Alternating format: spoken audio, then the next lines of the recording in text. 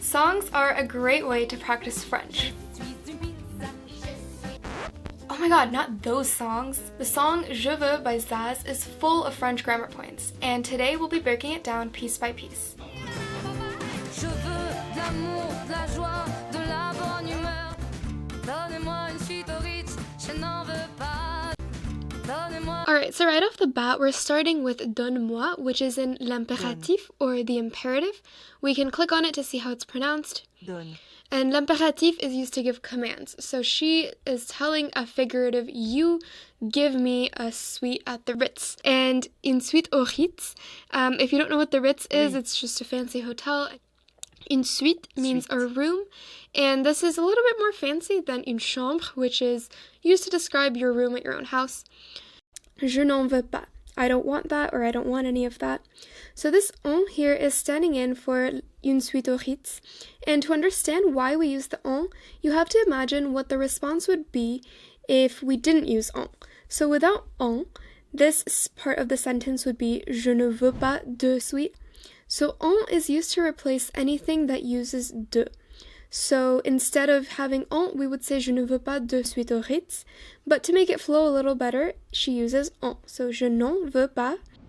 Pas des bijoux de chez Chanel, je n'en veux pas. Pas des bijoux de chez Chanel, je n'en veux pas. Des bijoux. Des is an indefinite article used to explain some jewelry from Chanel. As we can see here in English, we don't have the translation as some jewelry because we don't really say that. We just say I'm putting clothes on or I have jewelry. You don't really say I have some jewelry unless you're trying to specify I have some but not a lot, for example. So that article doesn't really exist in English, but this is what we call the indefinite article. It's just the plural form of un or une. It's des bijoux. Bijoux is jewelry. De chez Chanel. Chez is a very interesting word. Typically it means at the home of or at the practice of, but you'll see it used with professions as well. You could say je vais chez médecin. I'm going to the doctor. You're not going to the doctor's house, you're just visiting the doctor. And that's the similar usage in this case. Chez Chanel is from Chanel or basically at the institution of Chanel. And this is a word that we don't really have in English, so it's a fun one to get used to using. Donnez-moi une limousine, j'en ferai quoi? Donnez-moi une limousine. I'm not sure why she switched to donner versus donne, but this is, again, the imperative, and it's used in the vous form. So she could be referring to a more formal you. We don't really see who she's talking to in this case, or she could just be referring to multiple people, which is why it's you plural. Donnez-moi une limousine. This is pretty fun. It's a cognate, so it's exactly the same thing as it is in English. J'en ferai quoi? So again, we're going to imagine what the second part of the sentence would be. And in this case, it would be je ferai quoi de ça? What would I do with it? So instead of saying that, she's replaced the it with en, which is referring to une limousine. Ferai is the present conditional, and it means would do. It's the conditional of the verb faire. So forming the conditional for verbs is typically using the infinitive, but there are some exceptions, and faire is one of them. So the stem for conditionnel is F-E-R for faire, and then you add the ending A-I-S or A-I-S for the je form. So what would I do with it? Offrez-moi du personnel, j'en ferai. Offrir is from the verb offrir, and it means to offer, as intuitively as it sounds. Du personnel. Personnel means staff or personnel, and this is Zaz, so she's probably referring to her musical career and saying, you can offer me some staff, but j'en ferai quoi? What would I do with them? What I want to point out here is that on is always dependent on what it's referring to, which is why it's translated as them here, but it in the previous example. Here, it's a bit easier to see why on is used because we have the de form, du personnel. This is a partitive form. So it's really easy to use on to replace du personnel. So if you're sensing a pattern, of course, we don't want to just look at the translations of each word and the translation of each sentence. We want to see what the song is really about. We want to understand the song. So I hope you're sensing a pattern with what things she doesn't want. Un manoir. A manoir is a manor. And Neufchâtel is Neufchâtel. a region of Normandy. So we can see that all of these things sound quite expensive. And here she says, ce n'est pas pour moi. So it is not for me. That or it. Ce is quite versatile, so it just depends on context, but it really doesn't change the meaning much. So in this case, it's that's not for me. Ce n'est pas, it's conjugated with être, n'est pas pour moi. Offrez-moi la tour Eiffel, j'en ferai. Offrez-moi, once again, offer me, la tour Eiffel, the Eiffel Tower. J'en ferai quoi? So here again, since we don't see a de, we are imagining the sentence that we would say, je ferai quoi de la tour Eiffel, and we replace de la tour Eiffel with en. Just note that this la is never replaced with en. It's always de that is replaced with en, which is why we have to kind of make up the second part of the sentence in our head, or imagine what a response would be if we were not using pronouns. Je veux de l'amour, de la joie, de la bonne humeur. Je veux. So now we finally get to the title of the song, Je veux, and we're seeing what she actually wants. And this is a great place to learn some of these partitive articles. So, je veux de l'amour. Basically, in French, there's very, very little situations where you don't use a article with your nouns. So you have to say some. That's the best way to translate it in English, but as we can see here, there's no actual translation. I want love, joy, and good spirits. We don't have a direct translation for these words here, but they're basically expressing a part of something. They're called partitive articles, so she's not asking for all the love in the world. She's asking for some love. She's asking for some joy. De l'amour. Amour starts with a vowel, so we have de plus L apostrophe, and amour is a masculine noun. So if you were curious, like, you would say un amour. This doesn't come up too much in speaking or writing, but just so you know, it still has a gender, it's masculine. De la joie. So for feminine partitive article, it's de la. De la. Joie is feminine. And then de la bonne humeur is also feminine. And humeur doesn't mean humor, it means mood or spirits. And bonne humeur is very frequently used together. Je suis de bonne humeur, I'm in a good mood today. Before we move on, we don't see the masculine partitive article here, and so I just wanted to let you know what it is. So this is de plus L apostrophe. This works for both masculine and feminine. It's just what you put in the beginning of a word that starts with an article. De la is the feminine, and to form the masculine, you have de plus le, but that gets combined into du. So du jambon, du saucisson. I don't know why I thought of those examples, but du is the masculine form. Ce n'est pas votre argent. Ce is a demonstrative pronoun, and it means this. In this case, it means it. Ce n'est pas. It's not. Votre argent. Votre is your, and it's the formal form. One way to remember this is vous is formal, so votre is formal. Qui is a relative pronoun, and it means that, who, which. It depends on the context. This translates pretty closely to English. It's not your money that will bring me happiness. Fera is in the future tense. And this stem is the same as we can see here. Futur simple and conditionnel use the same stems, but the endings are different. So this makes qui fera. It's that will bring. Before we had the conjugation ferait, and that's would do.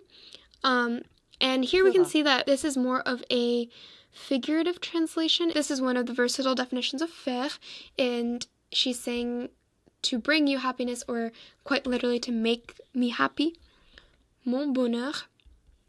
Bonheur is happiness or joy.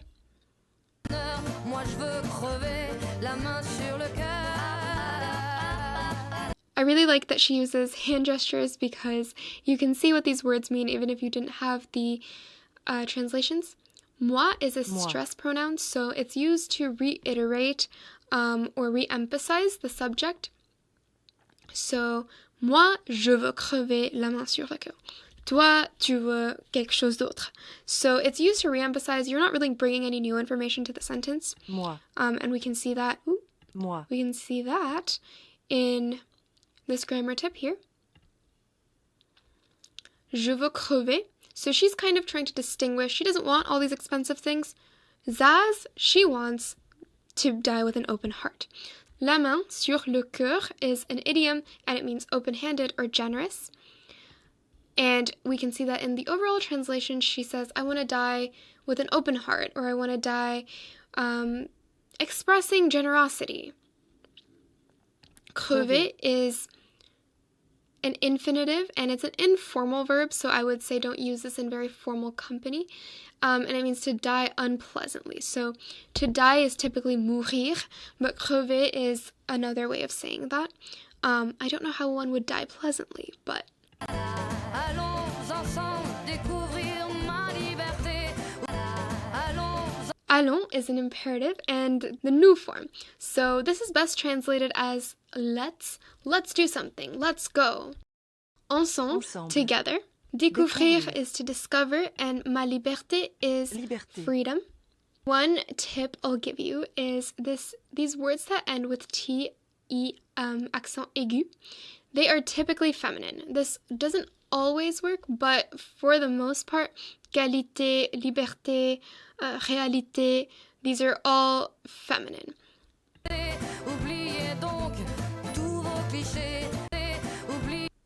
Oublier is to forget, and it's another command, imperative. Forget all of your cliches. And she's referring to all those expensive things that she referred to before that famous people are probably associated with. Donc is a conjunction. It means so or therefore, and it's a good filler word to have in your back pocket. It's very versatile, and we can see all these contexts that it can appear in. Ce projet est donc vraiment nécessaire. Tout means all, and this is the masculine plural form of tout. If you had the feminine plural, it would be tout, spelled with T-O-U-T-E-S. The singular masculine form is T-O-U-T, and the feminine singular form is T-O-U-T-E. Bienvenue dans ma réalité. Haha, case in point, réalité is also a T-E accent aigu word, and it's feminine. Bienvenue dans ma réalité. This don't might be a little confusing because you may have also heard en used to express that you're in something, like en France. So what's the difference between dans and en? Dans means when you're physically inside something, and en is more figurative. So if you think about why we say en France, dans France would sound like you're literally in the ground that makes up France. But en France means you're in France, the country. J'en ai marre de bonnes manières, c'est trop pour moi. This is a fun expression. En ai marre means I'm fed up with or I'm sick of. De vos bonnes manières. Vos is the plural form of votre, and it's a possessive, so your. Bonne manière. Manière is feminine, so we have to agree the bonne to the manière. So basically, I'm fed up of your good manners. She's probably not referring to saying please and thank you, but it's more of a figurative expression to say that she's more casual.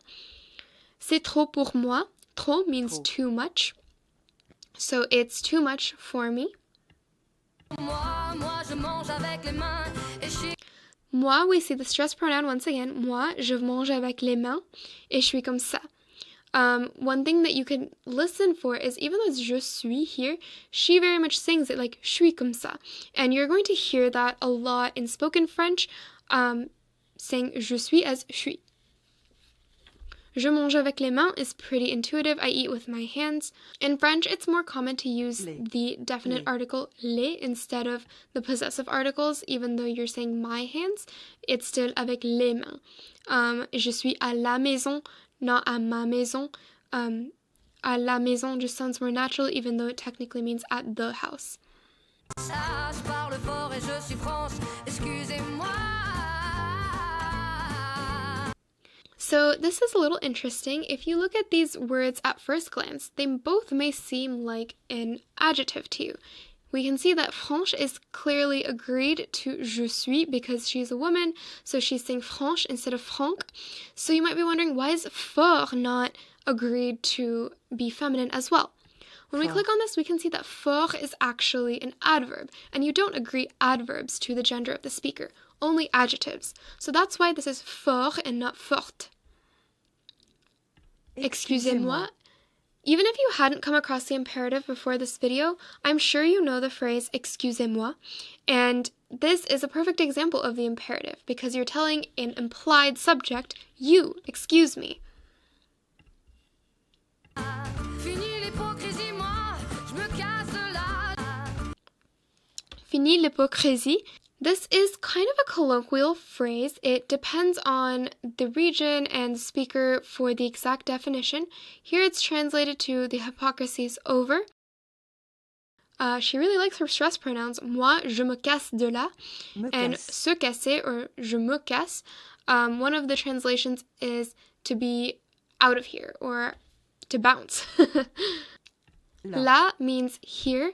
This is sometimes confusing because la can also mean there. So you will have to use your context clues to figure out which one it is.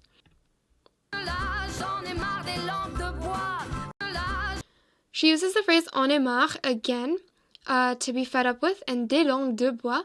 Directly translated, langue is your tongue or languages, and de bois is wood, so wooden tongues.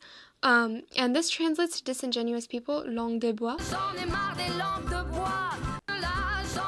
And it's a pretty interesting phrase to know. So she's very passionate in the song, and that's why she's using a lot of imperative and saying, look at me, regardez-moi. De toute manière means in any case, and it's great that phrases like this are all coupled together in FluentU, so you can see the translation as a phrase, because of course, de, toute, and manière all have their own independent translations. Je vous en veux pas.